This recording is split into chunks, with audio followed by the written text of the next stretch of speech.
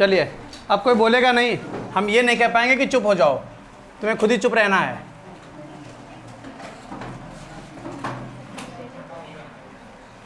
देखिए, बस देख लो, कुछ है नहीं प्रश्न में। एक वृत्त जिसका व्यास 40 सेंटीमीटर है, एक वृत्त है जिसका व्यास कितना है? 40 सेंटीमीटर वृत्त का व्यास है।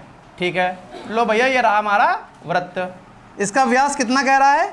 40 सेंटीमीटर। ठीक है, अगर व्यास यानी डी को हम 40 सेंटीमीटर कहेंगे तो बेटा आपको त्रिज्या 20 सेंटीमीटर बोलना नहीं है, सुनना है बस। ठीक है, त्रिज्या कितनी हो गई? 20 सेंटीमीटर। यहाँ तक तो किसी को समस्या नहीं है कि एक जीवा 20 सेंटीमीटर लंबाई की है। जीवा, इसकी लंबाई कितनी दी गई है? 20 सेंटीमीटर। अगर ये जीवा 20 सेंटीमीटर की है और त्रिज्या भी हम कितना कह रहे हैं? 20, तो इसके केंद्र से यहाँ तक की दूरी कितनी होगी? बोलो हाँ या ना। अच्छा, अगर इसको हम मिला दें तो ये कितना होगा? ये भी तो 20 होगा, नहीं होगा? तो ये भी 20 हो गया, ये भी 20 हो गया, सब 20 हो गए। और जब सभी 20 हो गए तो ओ ए बी तो लिखेंगे, चूँकि ओ ए बराबर ओ बी बराबर ए बी, समझ गए? इसलिए त्रिभुज ए ओ बी एक समबाहु त्रिभुज है। समझ गए? और अगर समबाहु त्रिभुज है और ये एंगल अगर इसका थीटा है तो थीटा का मान कितना हो गया? तो थीटा का मान कितना आ गया? बस इतनी कहानी कहने के लिए हमको ये सब करना पड़ा। केवल थीटा का मान एक बार पता चल जाता डायरेक्ट, तो हमें ये सब नहीं करना पड़ता। क्या इतनी बात सबको क्लियर हो गई? थीटा पता चल गया। अब क्या कह रहा है? इसके संगत छोटे चाप की लंबाई ज्ञात करो। इस जीवा के संगत छोटा चाप कौन सा है? ये वाला। समझ गए? तो इसकी लंबाई ज्ञात करनी है। तो चाप ए बी की लंबाई कैसे निकालोगे? फार्मूला, क्या फार्मूला होता है? पाई आर थीटा बटे 180 डिग्री। डिग्री में काम चला रहे हैं। पाई का मान 22/7, आर का मान कितना है? 20, तब भी सही है। थीटा का मान कितना है? 60/180। 0 से 6 18, और तो कुछ कर नहीं रहा है, बटे 7 21 सेंटीमीटर। बताओ क्या सबको समझ में आ गया? नोट करने वालों के लिए 1 मिनट का टाइम है, फटाक से नोट करो।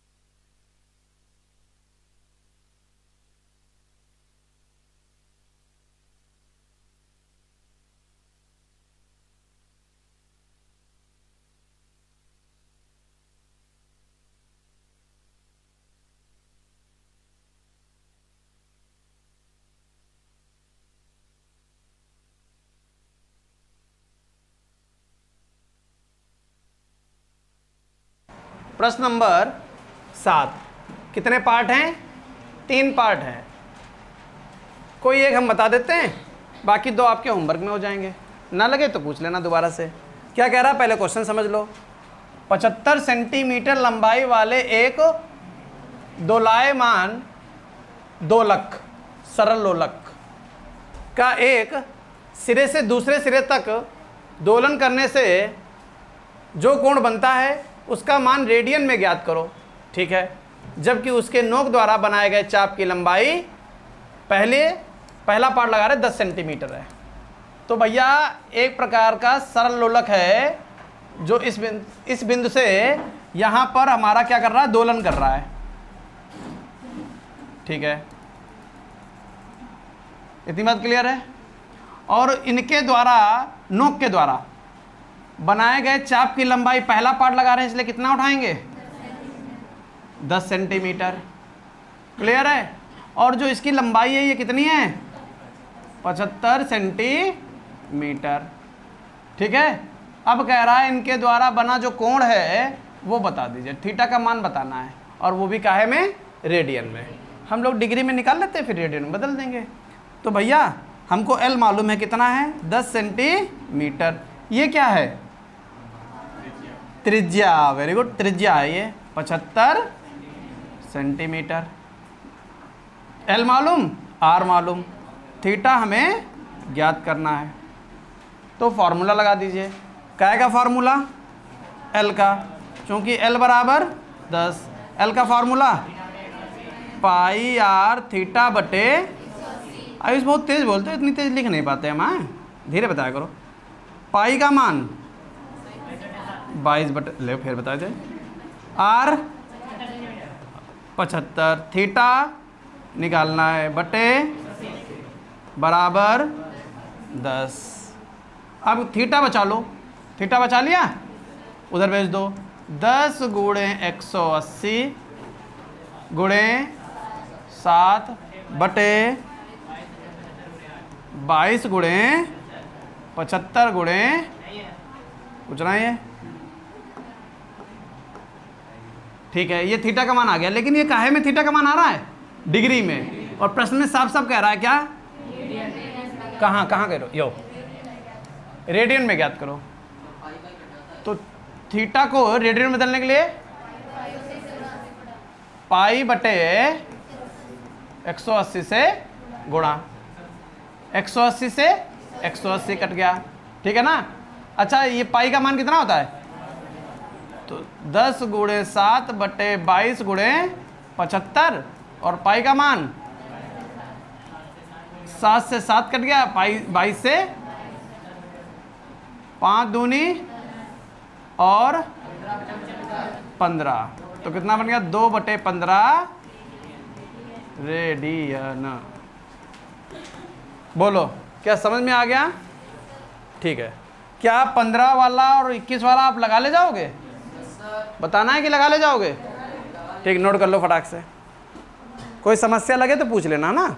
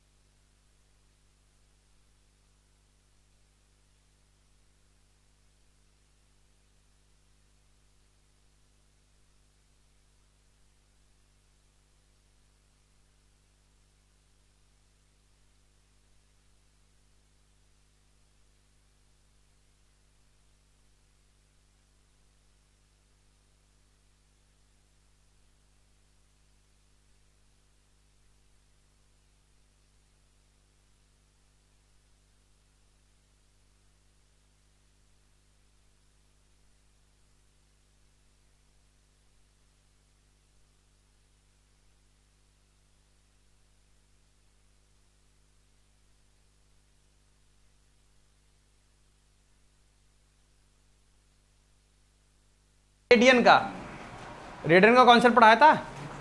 तो थीटा रेडियन क्या बताया था, थीटा रेडियन पावर सी। थीटा रेडियन क्या होता है, चाप बटे त्रिज्या, चाप बटे त्रिज्या। समझ गए। चाप कितना है, एल, और त्रिज्या कितनी है, आर। तो अगर थीटा रेडियन आपको डायरेक्ट चाहिए, रेडियन में थीटा चाहिए अगर, तो आपको डायरेक्ट एक फॉर्मूला लिखवा रखा है L/R। तो ये क्वेश्चन उससे लगा सकते थे एक लाइन में, समझ गए। लेकिन वही चीज़ एक बात बता देते हैं कि आपके टीचर जैसे लगवाएं वैसे ज़रूर लगा देना स्कूल में, ये बात विशेष है। अच्छा, जितने पार्ट हैं सब तीनों पार्ट इतने में लग जाएंगे। पहला देखो लगाने जा रहे हैं, थीटा रेडियन बराबर L/R। L का मान कितना, चाप की लंबाई 10/75 रेडियन, लग गया ख़त्म। इसको काट लो, 2/15 जो वहाँ आया है। दूसरा भी लग गया, थीटा रेडियन, L कितना है 15 और त्रिज्या कितनी है 75, 1/5 रेडियन, समझ रहे हो। तीसरा पार्ट लगा दो, थीटा रेडियन बराबर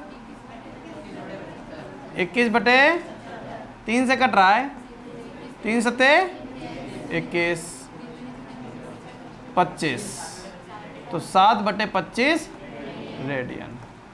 लेकिन भैया दुविधाजनक बात यह है कि अगर मैम आपकी ऐसे लगवाएं तो ही लगाना, अन्यथा आपको ऐसे लगाना है। दोनों तरीके समझ में आ गए, ठीक है। मान लीजिए एक नंबर में आ जाता है तो आप ऐसे ही लगा देना, ठीक है, और बड़े नंबर में पूछ दिया जाता है तो ऐसे लगाना, वरना निश्चित रूप से नंबर काट लेंगे तुम्हारा। अच्छा सर हैं, चलो हटा दें ये जिनका कॉन्सेप्ट छूटा हुआ है, पहली दूसरी क्लास छूटी हुई है, वो ये लिख लें क्या कि भैया केंद्र पर थीटा रेडियन कोण अगर चाहिए, थीटा की पावर C मतलब रेडियन, थीटा रेडियन चाहिए तो L/R, जहाँ L क्या है, जहाँ L है चाप और R क्या है त्रिज्या। यहाँ भूल जाइए LR क्या है। चलिए, बहुत सिंपल क्वेश्चन। हाई स्कूल में अगर आपको त्रिकोणमिति का कोई क्वेश्चन, अगर त्रिकोणमिति का कोई भी क्वेश्चन आता होगा तो ये वही क्वेश्चन है, ठीक है। 2-4 प्राणी ऐसे होंगे जिनको ये भी नहीं आता होगा। तो भैया जिनको नहीं आता है उनके पास एक सुनहरा मौका है, वो सीख लें। हम आपको यहाँ पर ये तो सिखाएंगे ही कि करना कैसे है, और ये भी सिखा देंगे करना क्या नहीं है। यानी ये बताने वाले हैं कि तुम्हारा क्वेश्चन अगर नहीं लगता है तो क्यों नहीं लगता है, उसका रीज़न। तो सुनना भैया, जैसे यहाँ लिखा रूट में 1 बोलना बिल्कुल नहीं, 1 cos A बटे 1 cos A, संयुग्मी से गुणा भाग कर दो, 1 cos A बटे 1 cos A, बटे की संयुग्मी बना ली अंडर रूट 1 cos A का होल स्क्वायर ऊपर बन गया। बोलो हाँ या ना, इतनी बात सबको क्लियर है। नीचे क्या बन गया, वर्गांतर 1 का वर्ग माइनस cos A का वर्ग। अब देखो अगली लाइन में बच्चे करते क्या, जो लोग पढ़ते नहीं हैं, होमवर्क करते नहीं हैं, रिवीजन करते नहीं हैं, वो सबसे पहले होल स्क्वायर ओपन कर देते हैं। तो सबसे पहली गलती, होल स्क्वायर ओपन नहीं करना है, ठीक है। कुछ नहीं अभी करना है, बस बैठे रहो। 1 cos A का होल स्क्वायर बटे 1 का 1 होता है, बोलना नहीं है सुनना है, अंडर रूट 1 cos A का होल स्क्वायर, 1 cos स्क्वायर है साइन स्क्वायर है। क्लियर है। अब रूट हटा देना है, रूट अब हटाना है।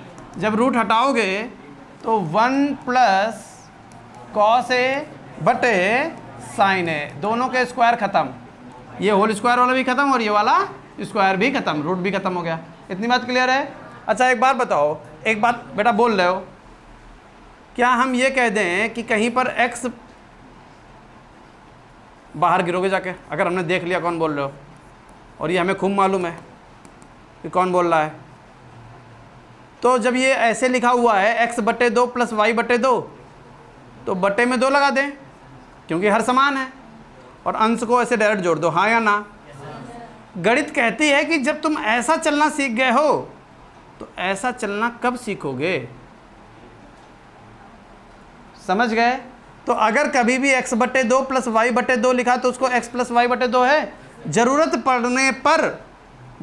पड़ने पर x प्लस वाई बटे 2 को x बटे 2 प्लस वाई बटे 2 भी लिख सकते हैं, जिसको बोलते हैं बाई पार्ट। क्या बोलेंगे?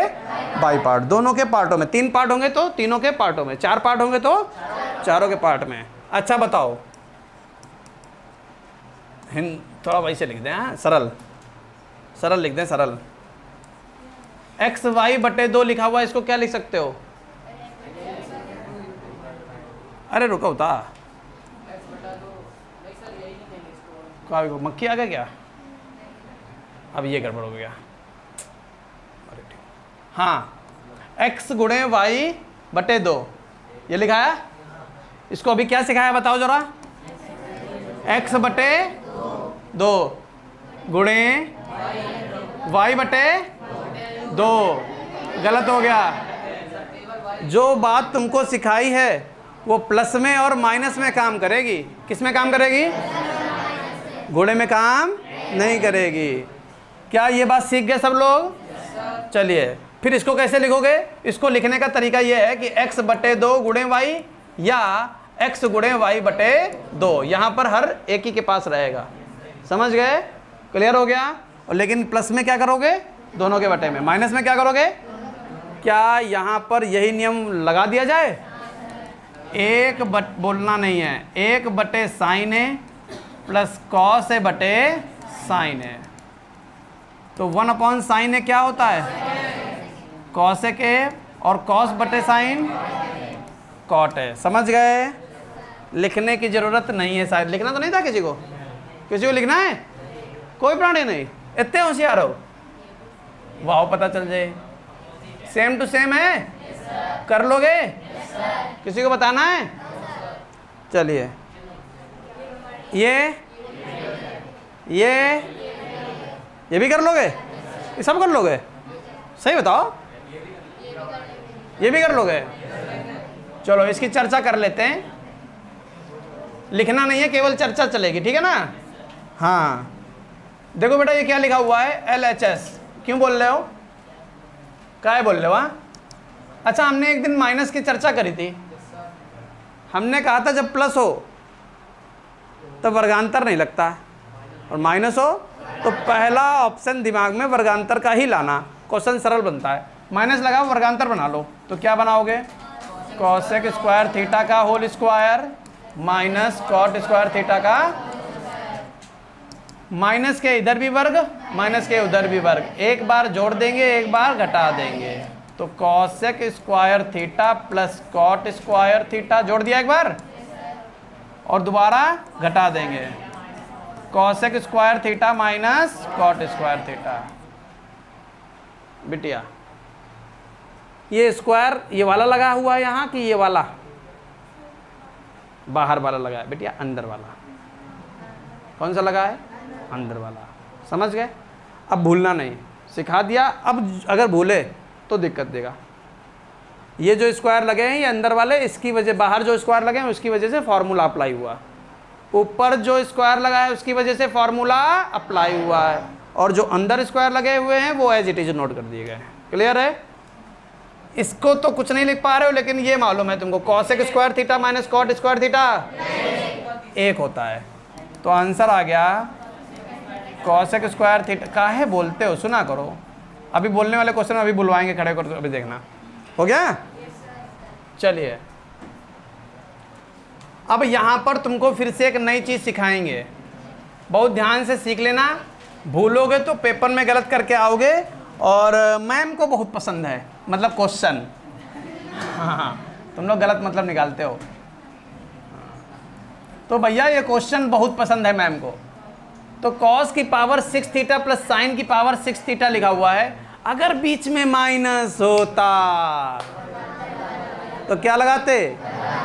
लेकिन बीच में माइनस तो है नहीं, तो क्यूब से लगेगा क्वेश्चन। कैसे से लगेगा?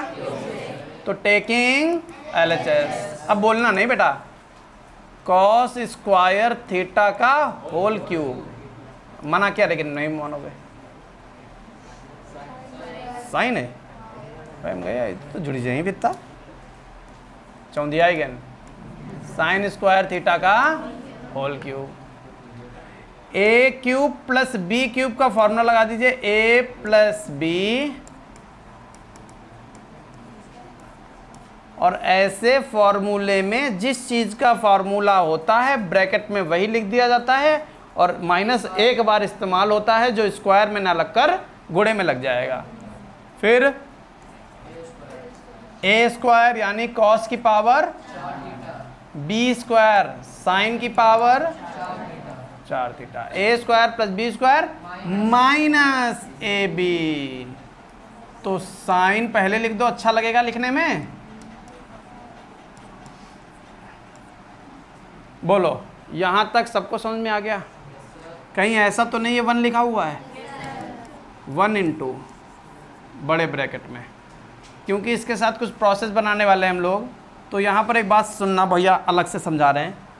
आज के बाद जब भी आप फर्स्ट ईयर में पढ़ाई कर रहे हैं तो आपको एक नया कॉन्सेप्ट हम देने वाले हैं कि जब भी घात 4 की वैल्यू आपको दिखाई दे तो उसमें से 90% चांसेस ये हैं कि वो पूर्ण वर्ग से लगने वाला है। जब भी घात 4 आपको दिखाई दे 90% चांस काहे के हैं? वो पूर्ण वर्ग से लगने वाला है। तो अब चलते हैं, इसको पूर्ण वर्ग बनाने में सारी ताकत झोंक देंगे, जो तुमने कहाँ पढ़ा था? 9th क्लास में पढ़े हो कि फेल हो 9th? हाँ, फेल हो। ये लिखा कॉस स्क्वायर थीटा का स्क्वायर, कोई समस्या?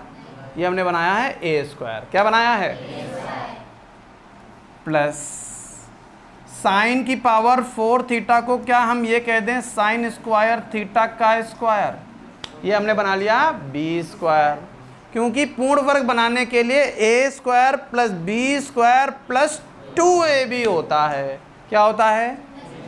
तो प्लस 2a इंटू बी अपने पास से ले आए, हाँ या ना? क्या गणित में कोई भी काम अपने पास से कर सकते हो? नहीं कर सकते हो। लेकिन हम ये कह सकते हैं कि भैया जो हमने जोड़ा है वही अगर हम घटा दें तो कोई समस्या नहीं है। बोलो हाँ या ना? बोलो बोलो। A square plus B square plus 2ab अपने पास से लिख दिया था, और जो लिखा है वही घटा दिया, और जो लिखा है वो लिख दिया। लिखा क्या है? फिर से इसको पलट के लिख दो, कॉस स्क्वायर थीटा इंटू, गुणे में है ना। अब पूछो किसको नहीं समझ में आया? बोलो। वहां पर ये फॉर्मूला याद है ए प्लस बी का? ए प्लस बी का होल स्क्वायर सुनाओ। ए प्लस बी का होल स्क्वायर सुना? यहाँ कोई बोलना नहीं। A square plus B square plus 2ab। ठीक। अब यहाँ पर हमने कुछ तुमको बात बताई है कि क्लास 11th में घात 4 मिलने पर क्या बनाते हैं? पूर्ण वर्ग। अगर तुमसे हम कहीं पर ये कह दें कि a की पावर 4 प्लस b की पावर 4 लिखा हुआ है, ठीक है, क्लास 11th में हो, तो तुमको हमारी बात बताई हुई याद आएगी कि कहीं ना कहीं सर ने कहा था कि इसको पूर्ण वर्ग बनाते हैं। तो इसको पूर्ण वर्ग बनाने के लिए a की पावर 4 चाहिए कि a स्क्वायर चाहिए? तो पावर 4 को a स्क्वायर का स्क्वायर लगा दें, b की पावर 4 को b स्क्वायर का स्क्वायर लगा दें। पूर्ण वर्ग बनाना है, पूर्ण वर्ग बनाना है, यानी a प्लस बी का होल स्क्वायर बनाना है। तो ये तो a square plus B square ही जो है लिखा है, क्या नहीं लिखा है? प्लस 2ab अपने पास से ले आते हैं ये बात, 2ab, ताकि होल स्क्वायर बन जाए।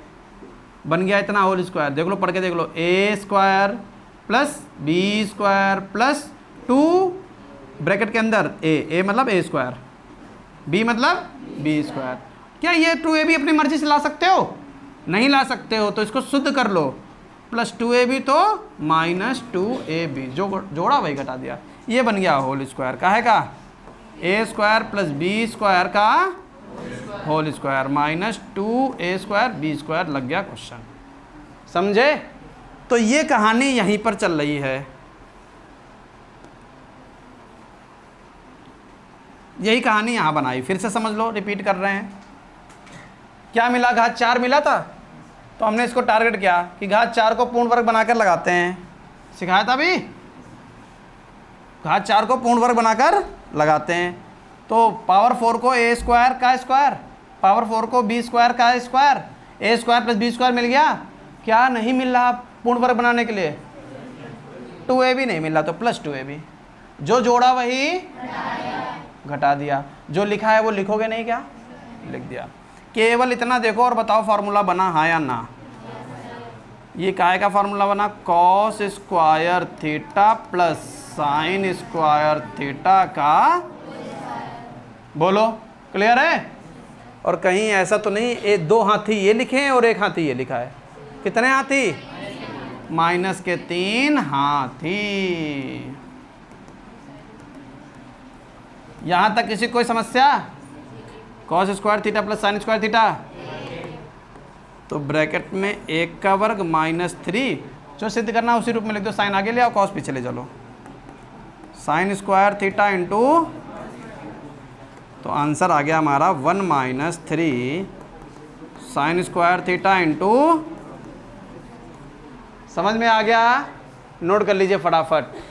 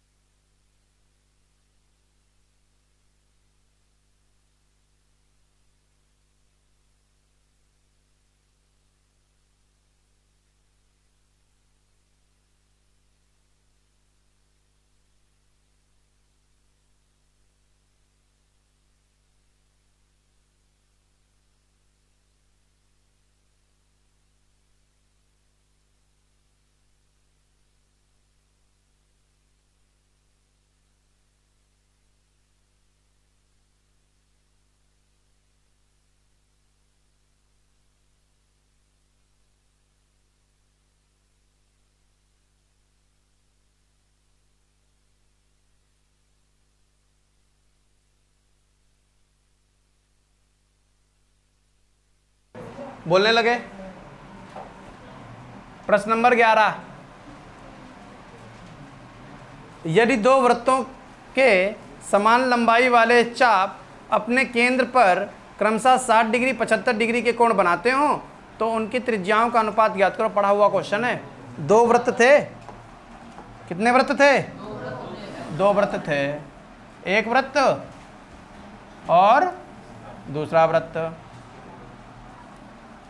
2 वृत्त हैं, चाप कैसे? समान लंबाई वाले चाप, समान लंबाई वाले चाप। तो भैया ये चाप L1 है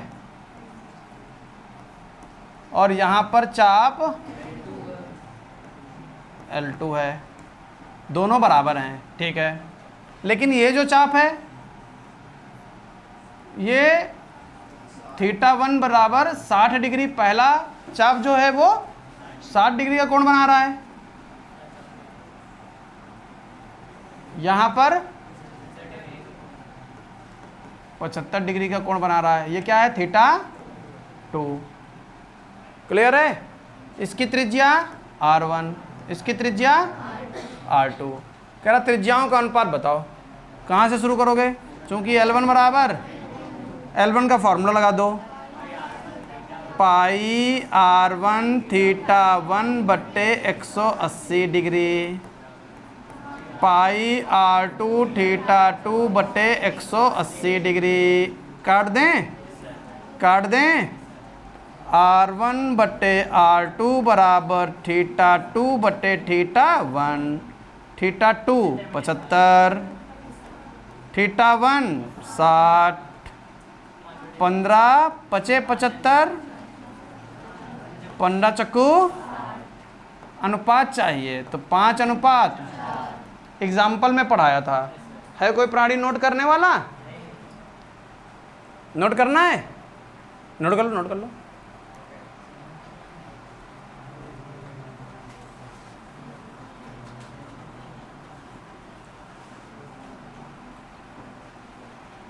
अब तेज चला लो, चित्र इधर बना लो, फिर अपना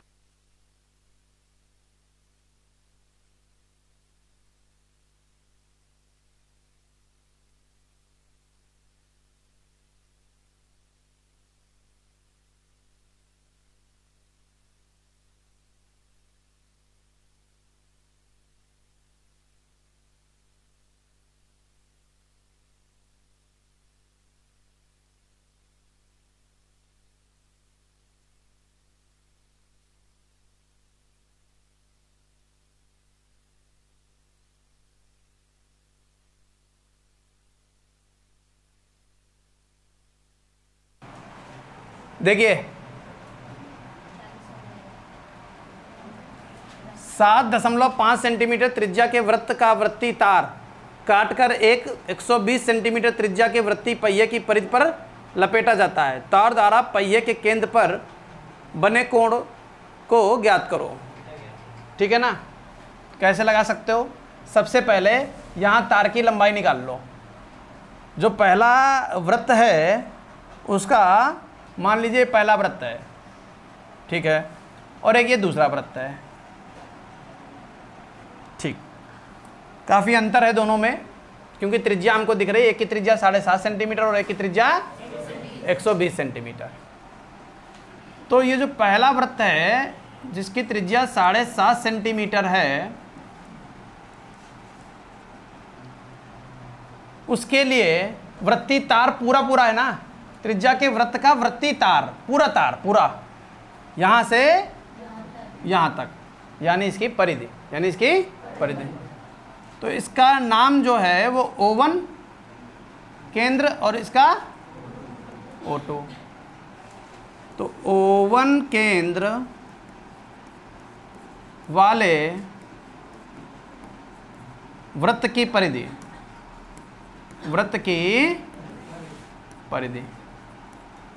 बताओ क्या बनेगा? O1 केंद्र वाले वृत्त की परिधि 2 पाई r, ठीक है ना? तो 2 ऐसे ही, पाई का मान कोई फायदा है क्या? मत रखो, पाई ऐसे रखो, मत रखो। हाँ, पाई ऐसे रखो। और r का मान